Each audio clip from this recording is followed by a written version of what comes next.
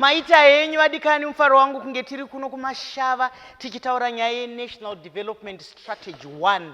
Tinokukwazisai kuMashava, muriko here Mashava? Chirongwa ichochi chaita kuti vamwe vagare zvakanaka, chaita kuti nyika yedu ibudirire.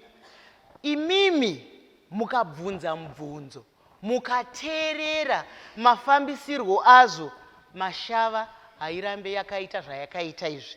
Kunyange dai yanga yakanaka, inotoita chinano pamusoro. Regai nditore mukana uno wekuchingamidza vadare vedu vabva kuministry. Ndigochingamidza vari kuno, ndichavapa mukana wekuti vatiudze mazita avo kuti vanobata sei. Chirongwa chiri kukotsverwa neministry yedu, bazi rinotarisa nezveupfumi hwenyika nekuvakidzira pundutso mukati menyika yedu. Ndokupai mukana wekuti muzvisume kuvadare vedu nemhuri iri pano. Mazvita Mai Chisamba, kwazivai vatariri, kwazivai vateereri. Zita ndinonzi Masiwa Karisto. Ndiri Acting Provincial Director ku Ministry ye Lands, Agriculture, Fisheries, Water and Rural Development muMasvingo Province, ku Department kati kubandiko revarimisi reAgritex. Mazvita. Tinokutendai nouvepo. Makadi Mashava. Zita rangu ndinonzi Blessing Tinaro. Ndinoshanda ndiri kubazi rinoona nezveupfumi nekubudirira kwenyika yedu. Ndiri ku department kana kuti bandiko rezvekufambisa kwemashoko mukati meMinistry of Finance. Ndatenda. Tinokutendai nouvepo. Makadini vagari vemuMashava, vatariri nevateereri vechirongwa. Ini zita rangu ndinonzi Tongaita Rubona. Ndiri Chief Economist ku Reserve Bank of Zimbabwe.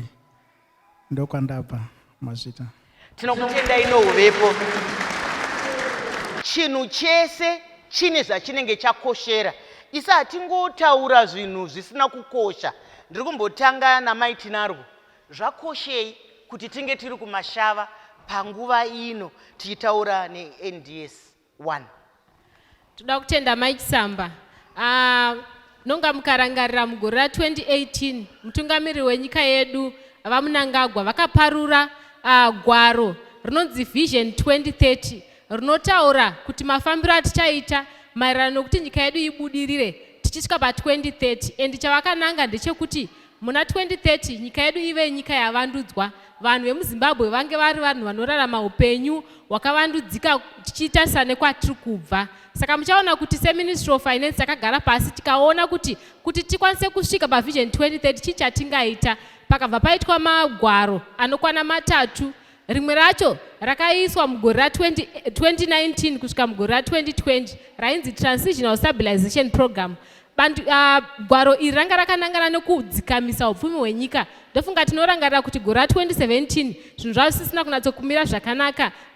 Mitengo yezvinhu yanga ichikwira uyezve mari yanga yakunetsa kuwana kumabhanga nemamwe machallenges atanga tinawo. Saka takagadzira gwaro rinonzi Transitional Stabilization Program ranga riripo kudzikamisa nokugadzira hwaro. Nonga tinonzwisa kuti kana tichivaka imba hatingovaki pasina foundation. Saka TSP yanga iri foundation yokuti tichibva ipapo tochivaka tichienda kumberi. Rinotevera rachona ndo ratinaro ike zvino zvinonzi National Development Strategy 1.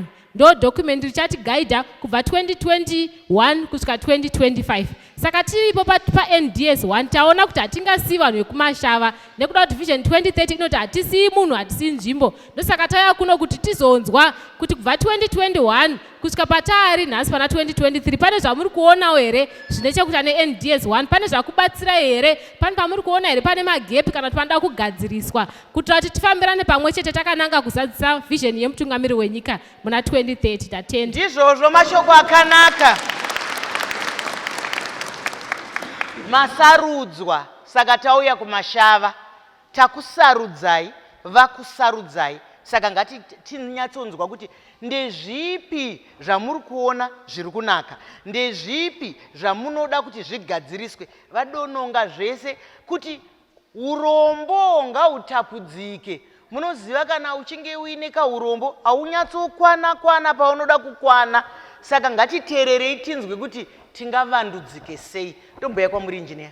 isu sebazi rezvokurima, zveminda, zvekupfuyiwa kwehove, mvura nebudiriro kumaruwa, donzo redu pamapilazi, mukatarisa mapilazi NDS1 tiri pila rechigumi rinotarisa food security and nutrition. Nhamo huru yomunhu inzara.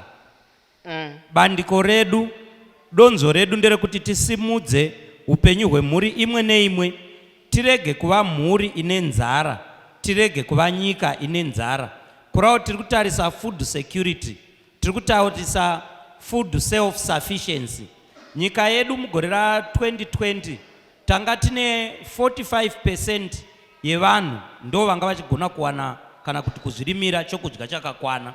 Donzo reministry nderokuti tisimuke kubva ipapo tisvike pa 100% self sufficiency, mhuri imwe neimwe igone kuva nechokudya chakakwana.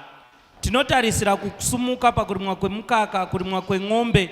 Tine zvirongwa zvakawanda zviri kuitwa nehurumende zvakanangana kusimudza bandiko rezvokurima nokuwanikwa kwechokudya kwemhuri yeZimbabwe. Mazvita mashoko akanaka ari kutaurwa nai.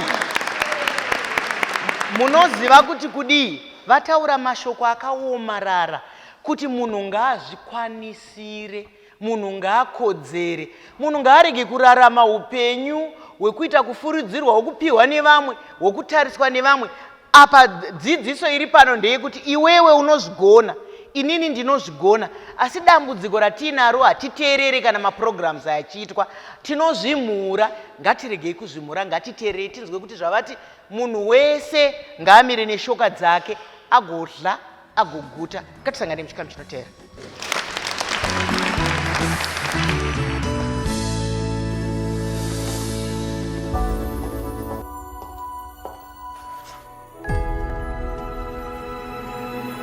Hey Barbie, can I come to your house tonight? Sure. I don't have anything big planned, just a giant blowout party with all the Barbies and planned choreography and a bespoke song. You should stop by. So cool.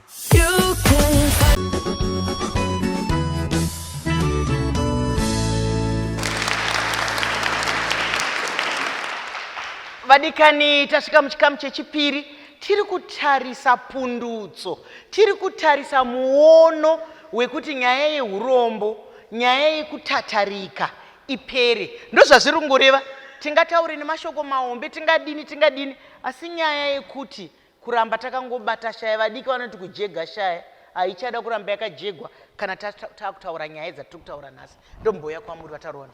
Sekutaura kwandamboita indabva kuReserve Bank of Zimbabwe.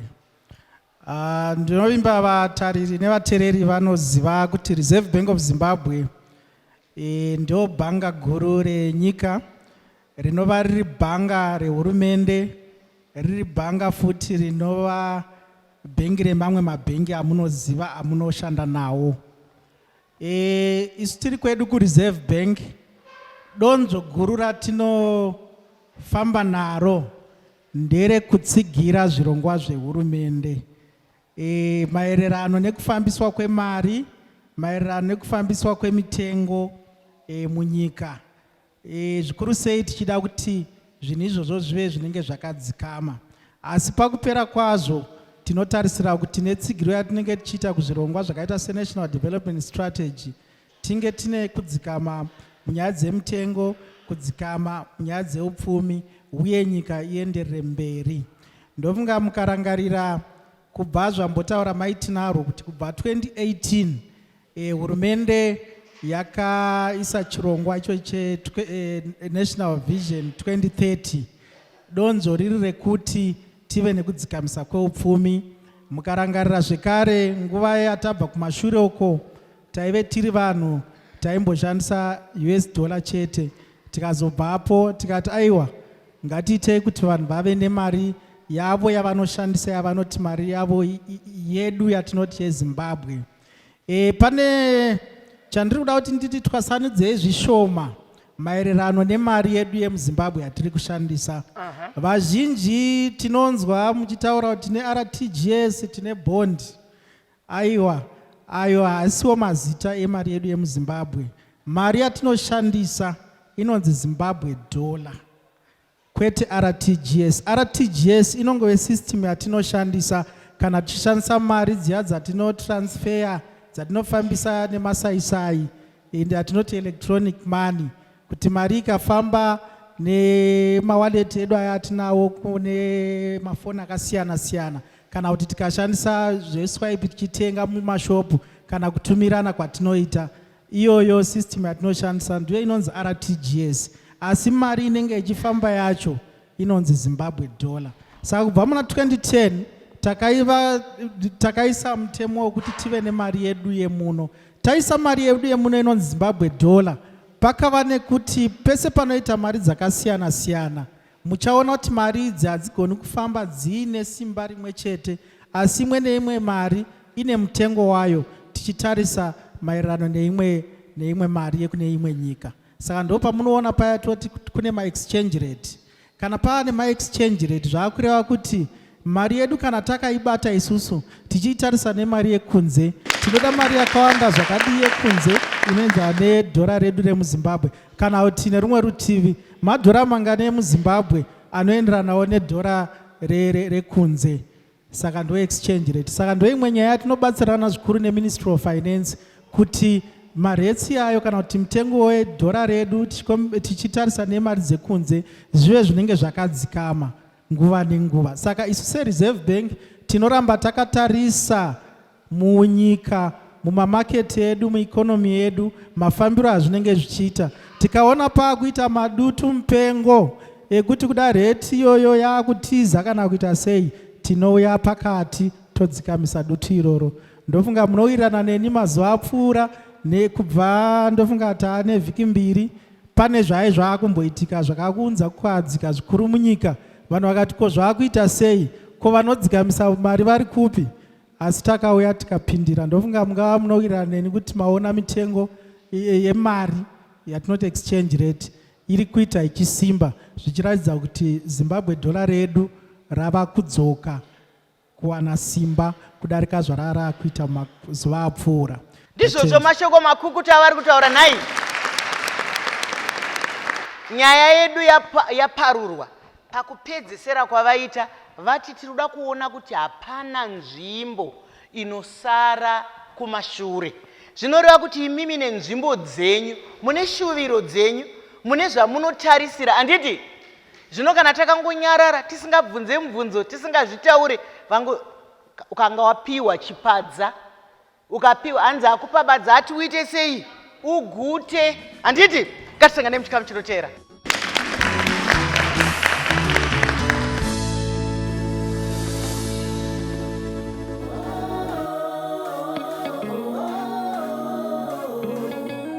You're beautiful, you're beautiful.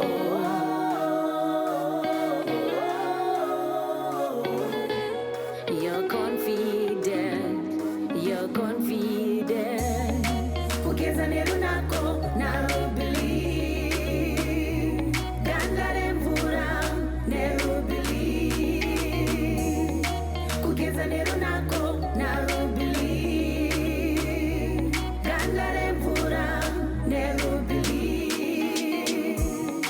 Mukoko mudiwa naka.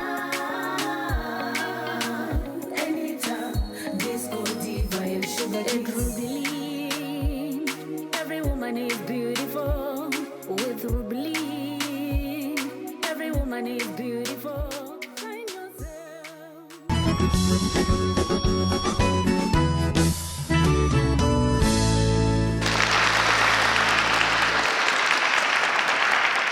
Muzvirongwa zvakawanda zvatakaita takaona vamwe kwaane nzira, marodhi akaitwa, vamwe vaane madiridziro, vamwe vaane zvakati. Ini ndinoda kunzwa zvamunoshuvira vanhu vedu vari pano muchibvunza. Imbotangai namai vakasumudza ruoko pano, maisiga. Shuviro dzenyu ndedzei? Nekuti vamwe vanofunga kuti kudhakwa ishuviro, kusitika ishuviro, asi zvatiri kutaura. Mazvita zvenyu Mai Chisamba. Inini mubvunzo wangu uri kuuya kune gurukota redu rekuRBZ. Ndofunga tichikura kuma 70s uko taishandisa mari yedu yemunomu munyika medu meZimbabwe ichishanda. Koseiko muchiti tinombomirira kuti zvikwire tozoti zvidzike imi muripo. Zvakarezve isusu tiri kuona muno muZimbabwe tiri kushandisa inonzi multi-currency kuti kana auya nerandi rinotenga, auya neUS rinotenga, auya nekwacha rinotenga, auya neZimbabwe dollar yedu yotenga munyika yedu. Isu tine nyika yedu ine zvese zvakapfuma. Toenda kuna South Africa nedzimwe nyika dzakatenderera, munotonzi kana usina rand hautengi, kutaridza ukoshwa hwenyika yavo. Ko imi muripiko pakuti mudzokere kwatakanga tiri, mubvise mamwe marara ose ari kutikanganisa aya, mutisiye tiine redu Zimbabwe dollar, kuti mudzokere paya pamaiva pokuti kana munhu oga anenge achida kubuda kunze kwenyika ndiye aenda kubureau de change onochinja mari yake kuti ifambirane nenyika yekwaari kuda kuenda kunoshandisa. Kana wadzoka muno muZimbabwe ochinja futi kuti zviindirane nemuno muZimbabwe. Muri kuzviitireiko imi muripo? Ndatoona kuti kwauya vana baba chaivo chaivo vakasvika sebagiri pachuru. Mashoko mai vari kubvunza mubvunzo wakabatana, vabva vatari baba vanonzi baba taruona, vatozviona vanozvigadzira. Taura yenyu. Mazviita maizigauke nemubvunzo wenyu. Ndichaedza kupindura mubvunzo yenyu, asi kana pane pandaenda sirira ndine vamwe vangu vandauya navo vakasvika zvekare.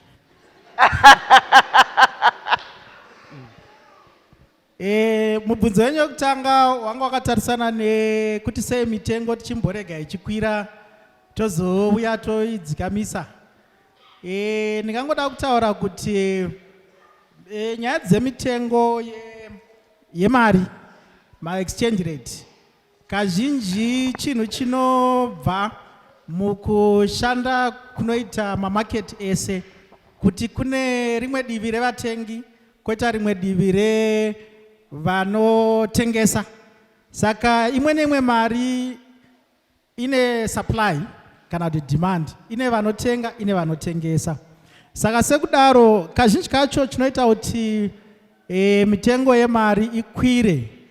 Dzimwe nguva kushomeka kwemari iri kutengeswa kana kuti chinhu chiri kutengeswa pamusika patiri kutaura patinotaura mari, kana foreign currency yedu ikaita shoma iri pamusika kudarika iri kudiwa kutengwa, inokwira mutengo wayo.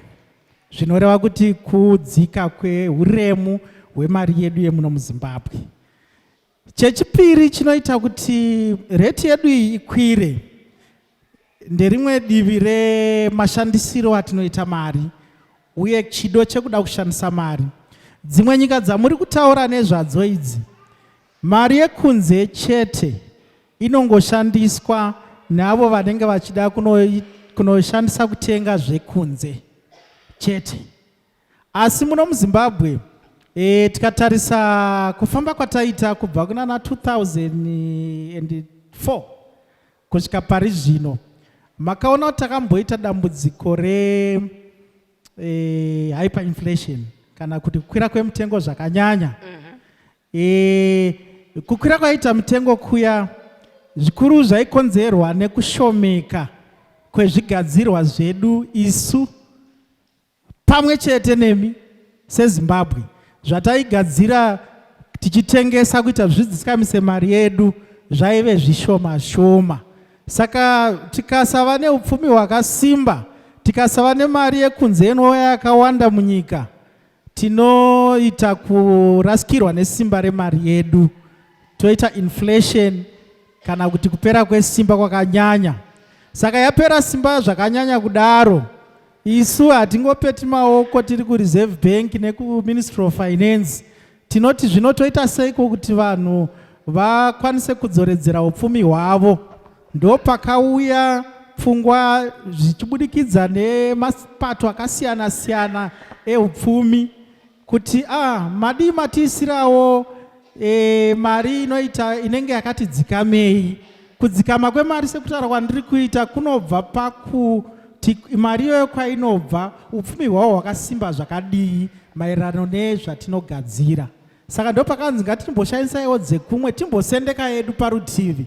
Ndofunga mucharangarira kubva 2009 kusvika 2018 taishandisa iyoyo multi-current system. Then tichishandisa mari iyoyo pakava nedambudziko zvekare rekuti kana taakunotengesa zvigadzirwa zvedu kune dzimwe nyika tinoti ma-exports, vanogadzira zvinhu muno munyika mumaindastry medu vakatangazve kuchema kuti imi kana tisina mari yedu tikada unotengesa zvinhu kuti tishandisa US dollar kana kuti euro kana kuti British pound, isu zvinhu zvedu zvinenge zvichidhura.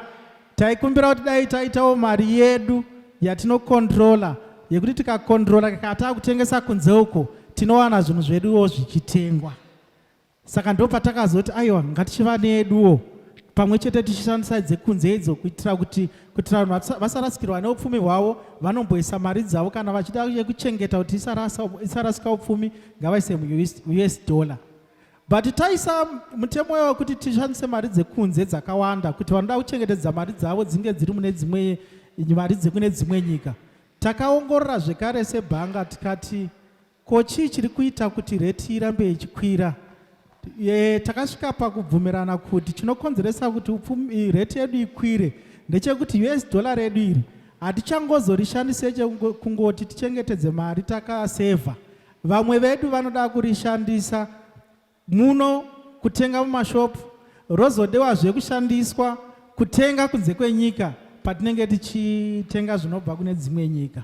Saka izvozvo takaona kuti zvaikonzeresa kuti tive nedhimandi yakawanda kana kuti chidokwa chakawanda chekushandisa US dollar kusvikira rayata sekumboita kakuvhiringika. Then chimwe chatakaona chirimo zvekare ndechekuti mabhizimusiwo nekune rimwe divi isu tati ngatishandise US dollar redu kudzikamisa upfumi. Vamwe vanga vakutora mukana wewo kuti kana zvinhu zvavanotengesa mumashopu bhopa vatotanga kuti price yedu inofanira kuenderana nekufambidzana kune kuchiita mari dzedu. Saka vanga vakuisa mari dzakakwirira zvakanyanya zvaiva zvinokonzera dambudziko kuvatengi. Saka izvozvo kubudikidza nematanho akatorwa nehurumende kuMinistry of Finance mwedzi mumwe chete wapfuura, takaona pava nekudzikama kwereti iyoyo, uye isusu tine donzo rekuti nekufamba kwatiri kuita tigozova nemari yedu inongozova Zimbabwe dollar isina ma-US dollar. Asi kana zvinhu zvisati zvadzikama, upfumi hwedu husati hwasimba, tinomboramba tichishandisa dziri 2 kana 3 kuitira kuti vanenge vane upfumi hwaweko zvino vanoda kuti husarasika munobvumidza zvenyu kuisa mu-US dollar, kana vanoda kumboshandisa munobvumidzawo kushandisa muchitenga zvinhu mumashopu. Tichienderera mberi zvekare seReserve Bank takati kuda US dollar zvariri kunetsa nokuti isu hatigadziri US dollar kamuno muZimbabwe, tinototorawo kuAmerica. Tikati aiwa ngatiuyei nechimwe chinhu chinochengetedza upfumi yatakati gold coin. Gold coin yaingoreva kuti kana une upfumi hwako usingadi kuti urasikirwe neupfumi uhu. Ndingazoda kukumbira kuti nyaya yegold coin tozoitora zvakare pamberi, nekuti gold coin pamwe vazhinji havasati vanzwa nezvayo. Saka ndiri kuda kunzwa kuti mapindurwa here mubvunzo wenyu tisati tazoenda kugold coin. Mapindurwa here Mai? Hatikwanisi here kuti redu Zimbabwe dollar richingoshanda riri roga kusina mamwe anotisapota, nokuti mamwe iwayaya ndo ari kudzikisira upfumi hwedu, nokuti muno muZimbabwe tisu tine yese tisine chimuti isu takachibata kuti nzvi. Tikatarisa kuzvicherwa zvedu tisu tiri pamusoro-soro. Sei redu Zimbabwe dollar richizoda kusapotewa? Isu tirisu tinotofana kutosapota vamwe. Mai, mubvunzo wenyu uri mugaba unopindurwa. Vadikani, tinoda kukutendai. Tinoziva kuti nguva ifushwe, nguva yakakosha, taita neusiku nekuti kurakidza kuti kusimba kwazvo. Regai ndikutendei vanhu kuMashava. Tanzwa nyaya dzakawanda dziri kuburudira mukati menyika yedu. Regai nditende maministries edu ese ari pano neRBZ vanga vachitiitira zvese zvatanga tichiita izvozvo. Tinotenda vakotsveri vedu, ministry yedu yehurumende inotarisa upfumi hwenyika nekuvandudzwa kweupenyu hwese. Regai nditende engineer, regai nditende Mai Tinarwa. regai nditende baba taroona kana toita zvinoendeka zvikuru sei tiri Mai Chisamba Show chinobva chatsuka chichikwata ngatisanganei svondo rinouya panguva imwe cheteyo tinhuye Dr. Mai Chisamba.